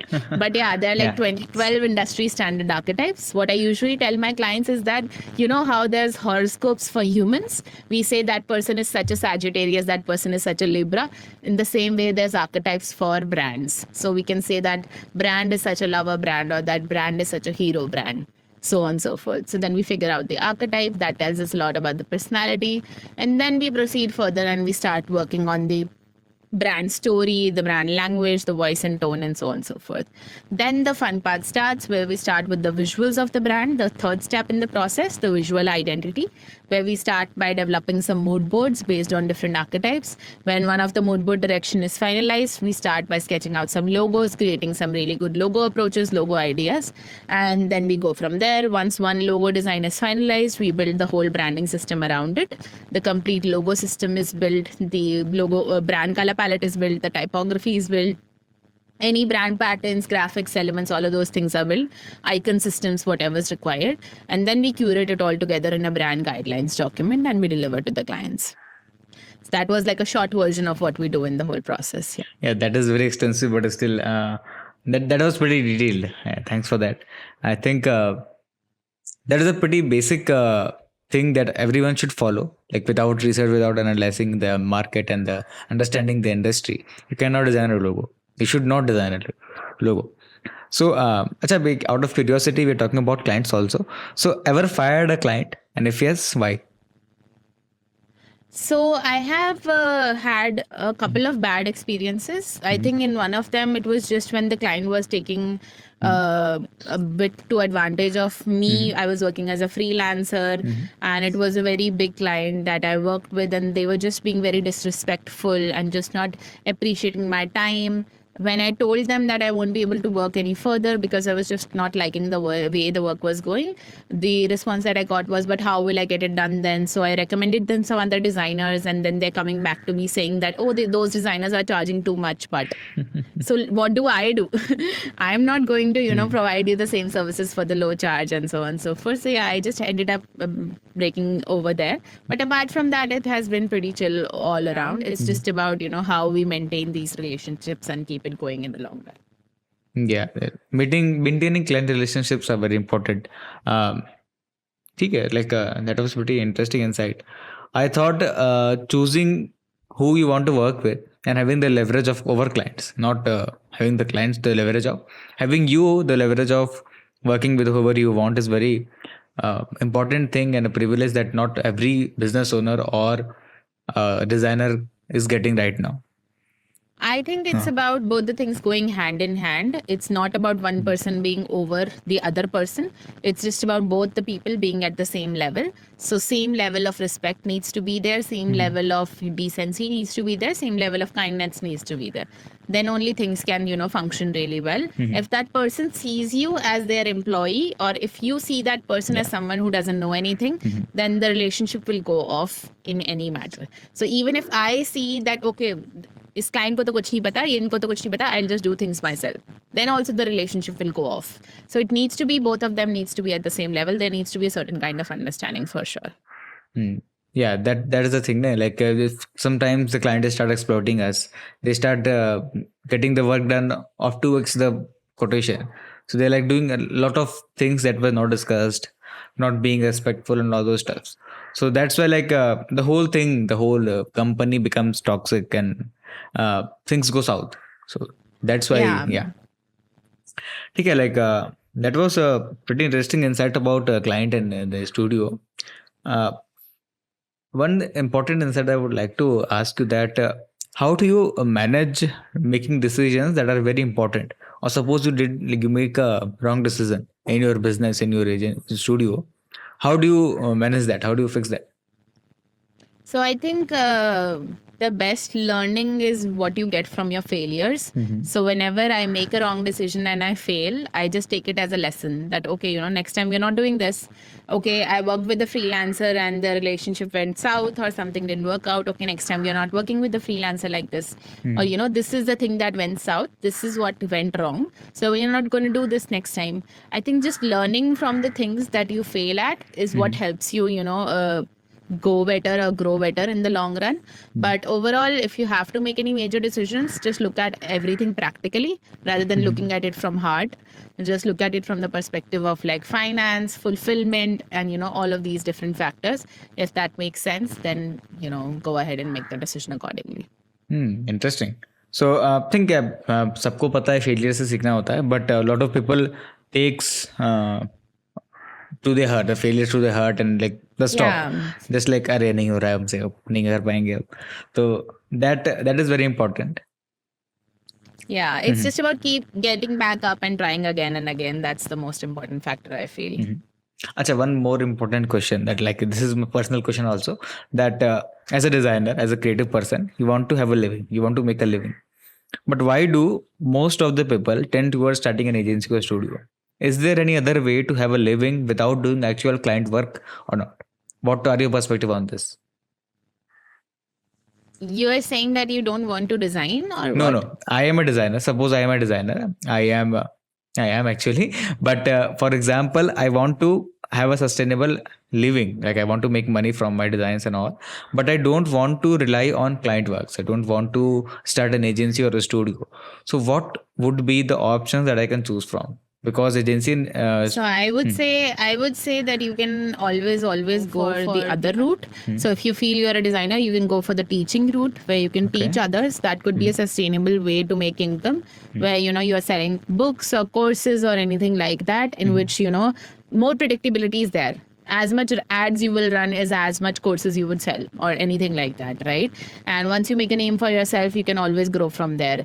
Then another way could be always making good tie-ups with like agencies where you work for little less money, but you have the predictability of getting constant work.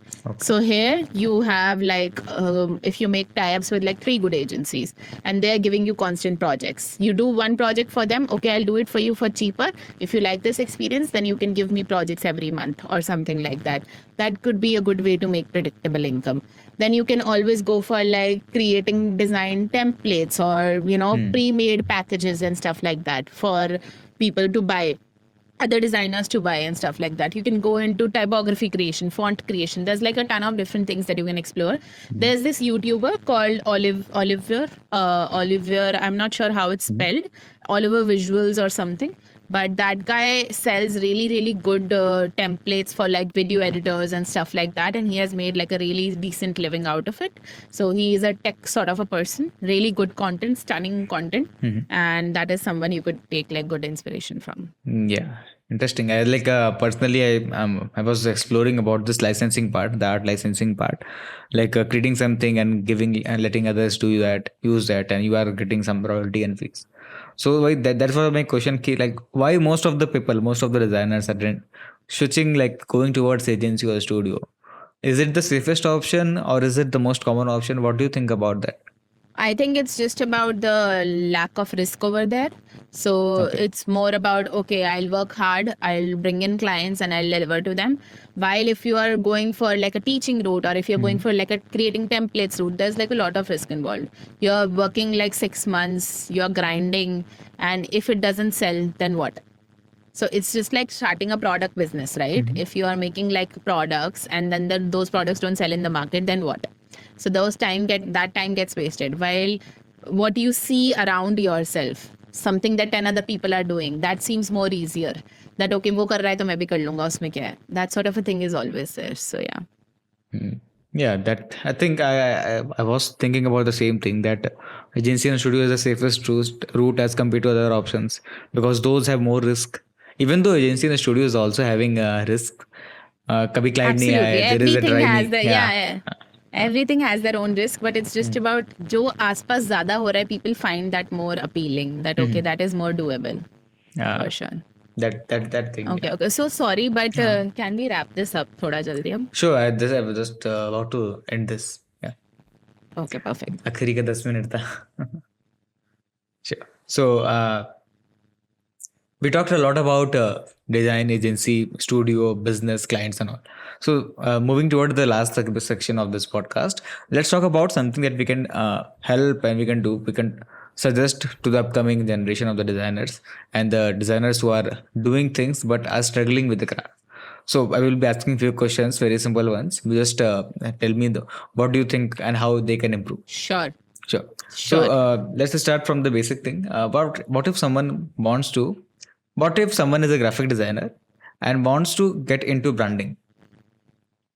And what he or she should do? Like, what is the best, safest option, safest route? I think the best and the safest route would be to create some passion projects. I think I have said this before as well, and I'll say it again. The recent designer that I hired had no real projects in her portfolio, but she had 3 stunning passion projects.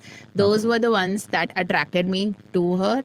I hired her at a senior position. I'm paying her well, and it's just because of having really solid passion projects. So you need to study branding on your own. You need to study it with books. You need to study it by YouTube. You need to study it any and always, or you can like do like a logo design project and turn it into like a branding, full-fledged branding, right? If you have done any logo in the past, you are a graphic designer, you must have done a logo in the past. You just bring that logo and you turn it into a full project and you present it in your portfolio in a manner and say that it's a self-initiated project, but present it in a manner that okay, it's practical.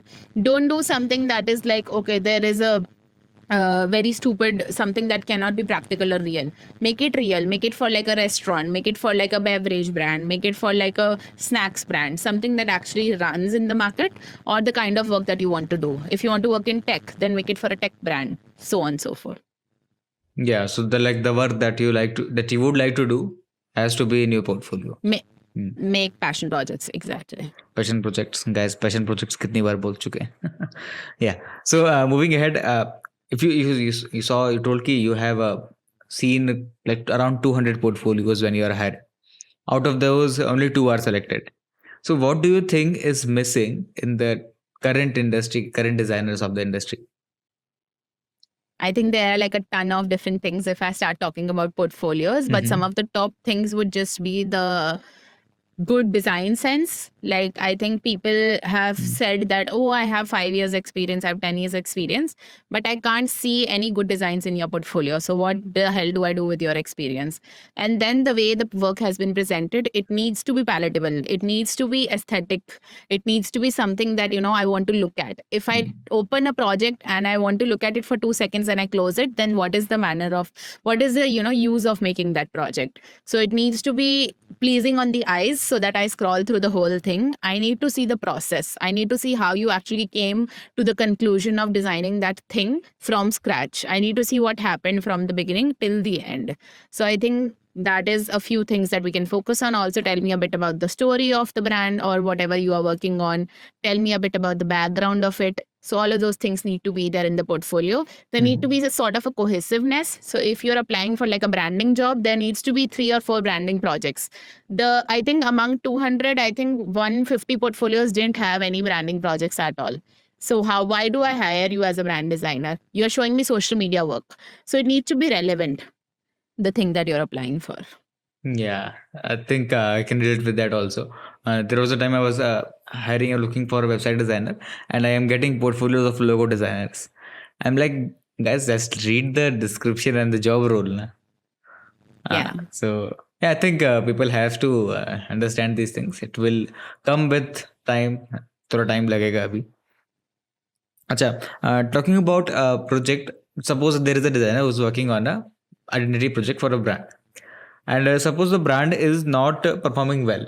So how the designer, what should the steps the designer should take in order to help the particular brand? Should it be aesthetic? Should it be strategy? Should it be something else? I think we can always go back and redo the strategy if the brand is not doing well. See what is the thing that's going on. First, try to figure out the pain point. Okay, is it the packaging that the customers are struggling with, or is it the way the text has been written that is not readable? Try to find out if it's actually a design problem or is it a business problem innately. Like, okay, I have created a stunning brand, but there is no distribution. हमने इतने shelves पे ही नहीं लगाया कि वो customers तक पहुंचे brand. तो फिर उसमें डिजाइनर क्या सॉल्व कर पाएगा. So it also needs to be a design problem before we actually start analyzing that, okay, what's wrong. Interesting. So okay, that I think we covered a lot of things. One last question. This will be the last question, guys. Pay attention. This will be very helpful. Any advice to designers who want to switch from a job to freelance or a freelance to start an agency? What do you say? I think I gave you this advice a few months ago and you ended up not following it, but I'll give it to everyone again. So this was something that I wish I had done. I didn't end up doing it, but always have a backup. So always have some emergency fund saved before you actually decide to up and quit your job. So whenever you are like doing your job, if you want to go freelance, first start freelancing, moonlighting. First start working freelance jobs in the night, start working with like someone else part-time, or start doing some freelance gigs in your free time at the night, in the morning. Put in those extra hours, put in that extra work. And when you know that you can actually do it sustainably for 1 or 2 months and there is this decent income that you are making, then start collecting that income. Don't spend it. If you have made it, don't spend it. Save it. Save income for up to 3 to 6 months. Ideal is 6 months, but even if you have good income for 3 months to sustain yourself, that's when you think that, okay, let's quit the job because I have, जितना मैं job में कमा रहा था उतना मेरे पास है खर्चा, तो चलो ठीक है, अब quit कर लेते हैं. So yeah. And in terms of like skills and what, like एक designer freelance कर रहा है या agency कर रहा है, तो उसको design के अलावा बहुत सारी चीजें सीखनी पड़ेंगी. What about those things? Absolutely. So I think that you need to have a plan of action in mind. So you can't just go from being a designer to being like a freelancer. ऐसे ही, you need to know where are you going to get the clients from. Like for me, it was social media. I knew that I need to focus on making more content so I can get clients because that is what was working already. You can't do things from scratch. That okay, you need to find out ways that is working already. That's why I said start freelancing while you are in the job itself. So I made my social media profile while I was still working in my job. So I had started posting my freelance work on my profile while I was working in the job. So when I started getting clients from there, that via word of mouth, via different channels, that's when I decided that okay, I know how to acquire clients, I know how to deliver work to clients. Okay, now I can actually quit. Interesting. So I think this will help a lot of you guys. I think this will help anyone who's in the same position, who's in the same stage of life. And I think with this, we should wrap this up. It's been 1 hour and 46 minutes. So this will be the longest podcast. So let's see. And hope you guys had a wonderful time. I hope you check the other two videos with Tushar and Keshav. So in this podcast, we discuss about branding, design, agency, studio, and freelancing, and when to quit, which I did not follow the advice of Yashita. So let's see. I think I just made a video about this. So Yeah. so I think, yeah, that's it. This was the episode 3 of the VYRus Show, podcast for designers about raw discussion on design. अब मिलते हैं next video में. Bye bye.